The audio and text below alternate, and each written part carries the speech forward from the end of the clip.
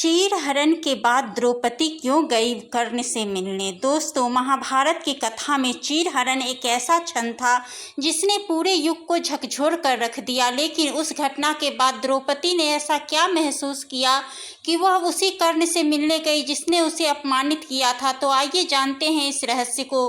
चीरहरण का क्षण अपमान की पराकाष्ठा। सभा में भीषण सन्नाटा था, हर तरफ मौन पसरा था। द्रौपदी की आंखों में आंसू नहीं थे, क्योंकि अब वो आंसू भी सूख चुके थे। वह अब रोती नहीं थी, अब वह भीतर से जल रही थी। कौरवों की सभा में जहां धर्मराज युधिष्ठिर ने द्रौपदी को दांव पे लगा दिया था, वहां न कोई धर्म बचा था, न कोई न्याय। दुर्योधन के इशारे पे दुशासन ने जबरन द्रौपदी को खींचते हुए सभा में लाया। वे अपमानित की गई, घसीटी गई और तब उन्होंने पूछा, क्या मुझे दांव पे लगाया जा सकता था? क्या स्त्री कोई वस्तु है? लेकिन कोई उत्तर न आया। उन्हीं में बैठा था कर्ण, महावीर, दानवीर। लेकिन उस दिन उसने द्रौपदी को वेश्या की संतान तक कह डाला। उसने कहा, जिस स्त्री के 5 पति हो, क्या धर्म परायण हो सकती है? कर्ण के यह सब द्रौपदी के सीने में सूल की तरह ढस गए थे।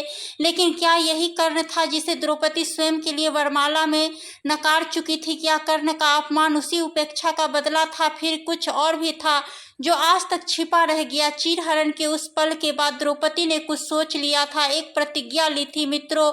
उसी प्रतिज्ञा ने वर्षों बाद उसे उस कर्ण से मिलने पर विवश कर दिया, अकेले एकांत में। लेकिन क्यों वे रात जब द्रौपदी पहुंची कर्ण के पास? कई वर्ष बीत चुके थे चीरहरण को, वनवास में पांडवों की कठिन यात्राएं, दुख, अपमान द्रौपदी ने सब सहा, मगर एक चुभन अब भी बाकी थी, कर्ण के शब्दों की चुभन। एक रात अंधेरी, शांत, लेकिन भीतर से तूफानी। द्रौपदी एकांत में मन की बातों को सह नहीं पा रही थी। उसका मन एक प्रश्न से घिरा था, क्या कर्ण वाकई इतना निर्दयी था कि मैं सब कुछ समझ न सकी? उन्हें पता चला कर्ण पास ही किसी तपस्थल में रुका है। पांडव कुछ दूर थे, अवसर था, भावनाओं का सैलाब था। और फिर द्रौपदी कर्ण से मिलने निकल पड़ी।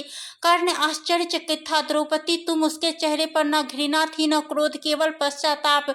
द्रौपदी ने सीधे उसकी आंखों में देखा और पूछा, कर्ण, उस दिन तुमने मुझे वेश्या की संतान कहा, क्यों? क्या स्त्री का मान इतना छोटा होता है? कर्ण चुप था, फिर बोला, द्रौपदी, अगर उस दिन मैं तुम्हें आत्मसम्मान को ठुकराया न होता तो शायद वह शब्द कभी न कहता। द्रौपदी हिल गई। कर्ण ने कहा, मैं आज भी वह अपमान नहीं भूला, शायद तुम भी नहीं, मगर उस दिन मैंने जो किया वह मेरा क्रोध था, मेरा आहत अभिमान था, न कि मेरा सत्य। उस शब्द से बाण चले मगर तलवारें नहीं, भावनाएं खुली मगर किसी को पता नहीं चला। वह एक रहस्यमय मिलन था जिसे महाभारत के ग्रंथों में शायद जानबूझकर नहीं जोड़ा गया, क्योंकि यह मिलन सिर्फ 2 दिलों का था, 2 दुखों का था। अब सवाल था, क्या कर्ण सचमुच द्रौपदी से प्रेम करता था? और क्या द्रौपदी के मन में कुछ था जो उन्होंने जीवन भर छुपा कर रखा? तो मित्रों, क्या द्रौपदी कर्ण से प्रेम करने लगी थी? जब भावनाओं का बवंडर उठता है तो न रिश्तों की सीमाएं रुकावट बनती है और न ही समाज का डर। उस रात के बाद जब द्रौपदी ने कर्ण से वह लंबा संवाद किया, उसके मन में एक तूफान उठने लगा।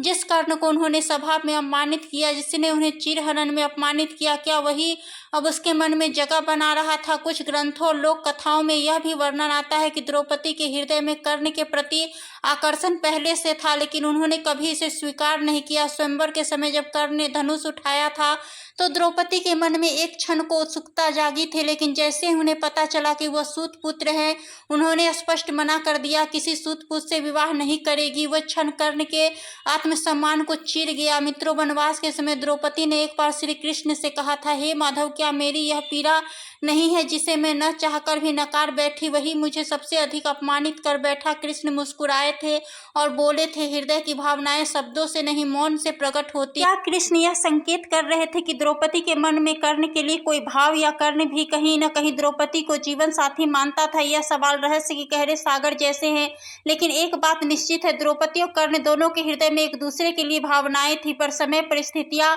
और अहंकार सब बीच में दीवार बन गए थे। जब दुशासन ने द्रौपदी के बालों को खींचा, जब सभा में अपमान का नंगा नृत्य हो रहा था, तब कर्ण ने कोई तलवार नहीं उठाई। क्यों? कारण केवल एक ही था, अहंकार, अपमान, जातिगत ठुकराहट और मित्रता का बोझ। इन चारों में मिलकर कर्ण को एक क्षण में अधर्म की ओर खींच दिया।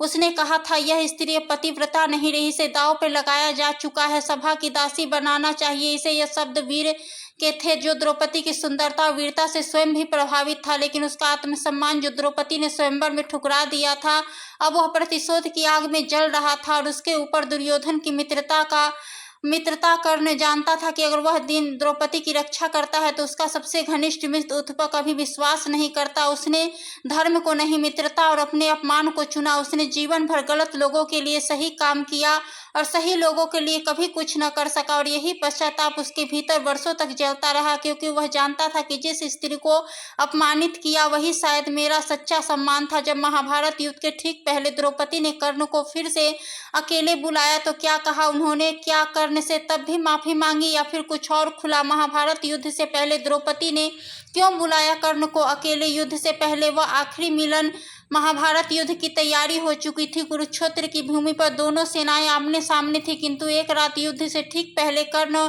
को एक संदेश मिला कि राजसुता कर्ण से द्रौपदी मिलना चाहती है। अकेले कर्ण चौंका, परंतु गया उस रात न चीरहरण की क्रोधित अग्नि बीच में थी, न पंचाली की आंखों में आक्रोश। द्रौपदी चंद्र प्रकाश में बैठी थी। कर्ण पहुंचा, मौन भरी हृदय से द्रौपदी सिर उठाया और पहली बार उसने कुछ और नहीं पूछा, बस एक सीधा सा प्रश्न रखा, कर्ण अगर मैं उस दिन स्वयंवर में तुम्हें ना ठुकराती तो क्या आज सब कुछ अलग होता? कर्ण की आंखें भर आई। उसने कहा, शायद यह युद्ध भी न होता, शायद मैं कभी अधर्म के पथ पर न जाता, शायद तुम मेरी पत्नी होती और मैं वह होता जो तुम्हारे सम्मान की रक्षा करता।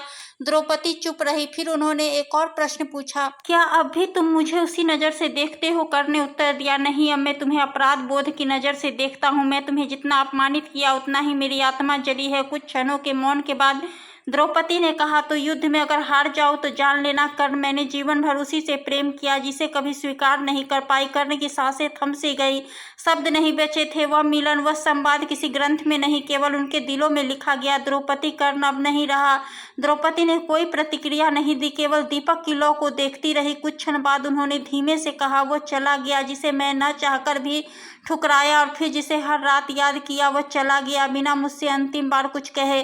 कृष्ण चुप रहे। द्रौपदी ने दीपक बुझा दिया और बोली, मैं 5 पति हो सकते हैं, पर मेरे हृदय का मौन उसके लिए था जिसे कभी समाज ने स्वीकार नहीं किया, और आज मैं उसी मौन से उसे विदा कर रही हूँ। उनकी आंखों से कोई आंसू नहीं गिरा, क्योंकि वह शोक इतने गहरे होते हैं कि वह आंसुओं से नहीं, आत्मा के टूटने से व्यक्त होते हैं। उस रात द्रौपदी ने कोई पूजा नहीं की, कोई प्रसाद नहीं चढ़ाया, केवल अकेली बैठी रही और वही अंतिम शब्द दोहराती रही, कर्ण क्षमा करना, मैं तुम्हारे साथ एक पूरा जन्म तो न जी सकी, पर शायद अगले जन्म में स्वयंवर नहीं, सिर्फ तुम्हें ही चुनूंगी। मित्रों, कहते हैं कुछ प्रेम कहानियां पूरी न होकर भी अमर हो जाती है। कर्ण और द्रौपदी की कहानी भी वैसी ही थी। यह कहानी हमें सिखाती है कि वे हर व्यक्ति के पास एक छुपा हुआ सत्य होता है। कर्ण को जीवन भर सूत पुत्र कहा गया, लेकिन उसकी नसों में राजवंश का रक्त था। हम कई बार लोगों को उनके बाहरी पहचान से जज कर लेते हैं, बिना यह जाने कि उनके भीतर कितना कुछ छुपा है। दो प्रेम हमेशा शब्दों का मोहताज नहीं होता।